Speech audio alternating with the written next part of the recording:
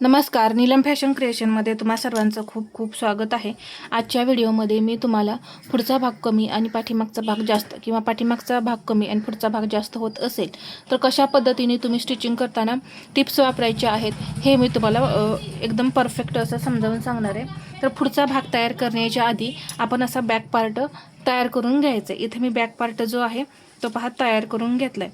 Back part तयार झाल्यानंतर आपण आता फ्रंट पार्ट स्टिच करणार आहोत। तर इथे पहा मी नॉच लावून घेतलेले आहेत कटोरीला।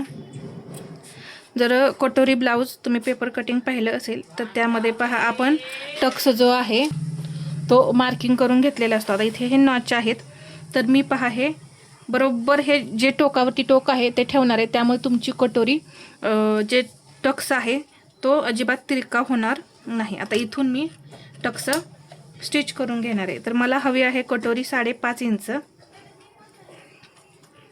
तर त्याचा निम्मा होतोय 2.25 आणि यामध्ये आपल्याला शिलाई मार्जिन हवंय। तर पहा इथे येतं हे।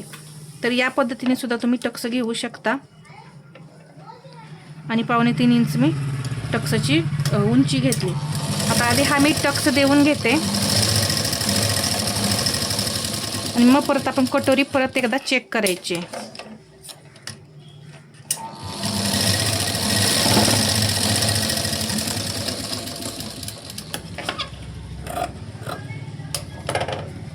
पहा मी टक्स दिलेला आहे आणि या पद्धतीने आता ही कटोरी ओपन केल्यानंतर पहा या पद्धतीने ही तयार झाली।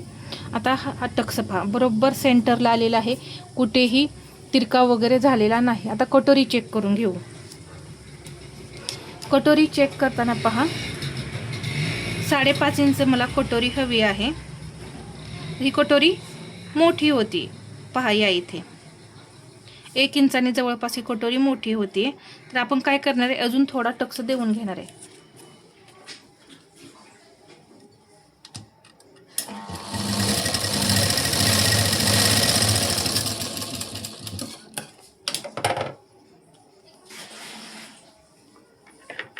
या पद्धतीने आणि इथं आता ही कटोरी चेक करायची। तर पहा बरोबर 6 इंच राहिलेली आहे। 6 इंच राहिली म्हणजे इकडे 1/2 इंच आणि इकडे 1/2 इंच अशी जाईल। इकडे अर्धा इंच जातं पहा, थोडी अशी आपण ओढली ना तर ते बरोबर मार्जिन होऊन जातं। तर या पद्धतीने मी हा टक्स दिला। आता दुसरी सुद्धा कटोरी मी त्याच पद्धतीने तयार करून घेणार आहे। तर इथे सेंटर करून घेतला, इथे बरोबर 2.25 इंच मी कटोरीचा टक्स घेतलेला आहे उंचीला। ही साईज आहे 35, तर 36 साईजच्या मापाप्रमाणे आपल्याला हा ब्लाऊज जो आहे तो कटिंग करायचा आहे।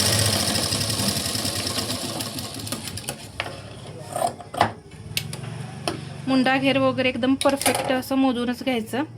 तर या इथे या पद्धतीने ही दुसरी कटोरी सुद्धा तयार झाली आणि हा सेंटर पहा एकदम परफेक्ट असा आलेला आहे। अशाच पद्धतीने तुम्ही सुद्धा कटोरी स्टिच करायचे। तर इथे पहा या पद्धतीने ही कटोरी तयार झालेली आहे। दोन्ही कटोरी तयार झाल्यानंतर आपण साइड पार्टला हे जोडून घेऊया। तर एक साइड पार्ट मी तुम्हाला तयार करून दाखवेन, म्हणजे तुमचा जर भाग कमी जास्त होत असेल तर कशा पद्धतीने तो तुम्ही सरळ करून घ्यायचा। आता हा एक भाग मी तयार करून दाखवेन आणि पाठीमागच्या भागाबरोबर जोडून सुद्धा दाखवेन। आता इथे थोडंसं टोक जे आहे ते पुढे ठेवून या पद्धतीने कटोरी आपण मोजून घ्यायची। पहा एकदम परफेक्ट असं हे मेजरमेंट आहे आपलं। तर थोडं टोक मी इथं पुढे ठेवते, इथं लॉक करून घेतलं।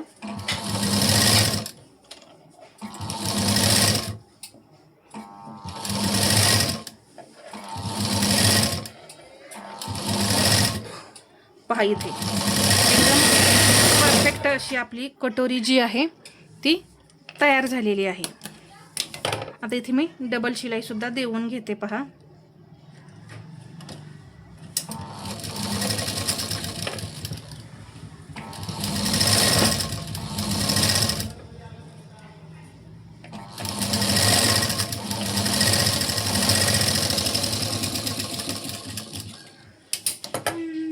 इथे पहा या पद्धतीने हा भाग आपला तयार झालाय। इथे टोक ठेवल्यामुळे काय होतं की गळ्याचा आकार आपला इथला मागं पुढं होत नाही। जर तुम्हाला इथं अजून जरा खोल हवं असेल इथून असं तरीसुद्धा तुम्ही तो आकार देऊ शकता, परंतु मी हाच आकार ठेवणार आहे. आता आपल्याला तुमचं खरं कारण इथे आहे पहा. जेव्हा तुम्ही मागचा भाग तयार करता त्यावेळेस पुढचा भाग तयार करताना मागचा भाग तयार करून झाल्यानंतर इथे हा पार्ट आहे असा ठेवायचा. इथे मी ठेवला पहा. आता एकदम इथे आपल्याला क्रॉसपट्टी जी आहे ती कमी लागणार आहे. इथे मी थोडंसं कट करून घेतलं. आता हे किती अंतर आहे हे चेक करून घ्या आधी. बरोबर या भागावरती हा भाग मी असा ठेवला. खूप कमी अशी आपली ही क्रॉसपट्टी शिल्लक राहणार आहे. तर पहा इथे 1.5 इंच अशी आपल्याला इथं क्रॉसपट्टी लागेल. आणि हे आपली किती आहे हे पाहूया. तर ह्या साईडचा हा जो पार्ट आहे तो मोजायचा आणि मार्जिन थोडं एक्स्ट्रा घेऊया आणि ही क्रॉसपट्टी कटिंग करून काढूया. इथं तर इथे पहा मी कट करून घेतलं आणि पहा हे इथे 1/2 इंच शिलाई मार्जिन आपलं शिवण्यासाठी जाणार आहे. आता आपण हे जोडून घेऊया. तर यातला एक पार्ट मी आधी जोडून घेईन. पहा या पद्धतीने जोडू शकता किंवा डायरेक्ट तुम्ही दोन्ही पार्ट कटोरीचे जोडले तरी सुद्धा चालतील. इथे पहा या पद्धतीने हे जे टक्सचं टोक आहे ते पुढं करायचं आणि या पद्धतीने हे मी तयार करून घेणार आहे. इथे सुद्धा कटोरी स्टिच केलेली मार्जिन जे आहे ते पुढच्या साईडला आपल्याला घालवायचं आहे. आणि इथं हे या पद्धतीने मी जोडलेलं आहे. जोडल्यानंतर हा भाग असा सेंटरला दुमडून घ्यायचा पहा आणि ह्यावरती हे असं ठेवून घ्यायचं. म्हणजे आता पहा इथे आपण स्टिच देऊन घेऊ. मी स्टिच देऊन घेते आधी. तर पहा इथं क्रॉसपट्टीवरती अशी बरोबर क्रॉसपट्टी ठेवून इथं स्टिच करून घेते. जेवढं मार्जिन आपण सोडलेलं आहे तेवढं इथं घ्यायचंच आहे फिक्स. शिलाई देऊन झाल्यानंतर हा पार्ट आपण बाहेर काढून घेऊया. पहा एकदम इथून पहा असा हा पार्ट बाहेर काढूया. आता ही क्रॉसपट्टी आपली छोटी आहे कारण ब्लाऊजची उंची सुद्धा पहा खूप छोटी आहे. जर आपण क्रॉसपट्टी मोठी ठेवली नाही तर नक्की तुमचं शोल्डर जे आहे ते पुढं उतरणार आहे. तर त्यासाठी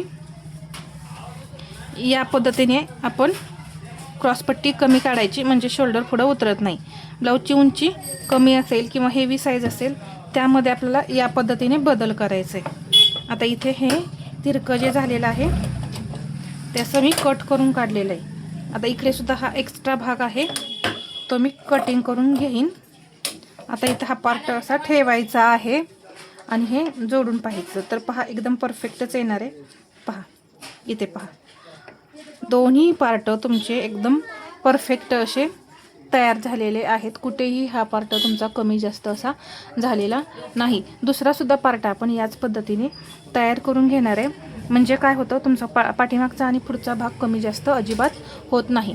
तर हा छोटासा व्हिडिओ तुम्हाला कसा वाटला हे मला कमेंटमध्ये सांगा. आणि व्हिडिओ आवडला असेल तर लाईक करा, शेअर करा आणि असेच नवनवीन व्हिडिओ पाहण्यासाठी आपल्या चॅनलला सबस्क्राईब करायला विसरू नका. धन्यवाद.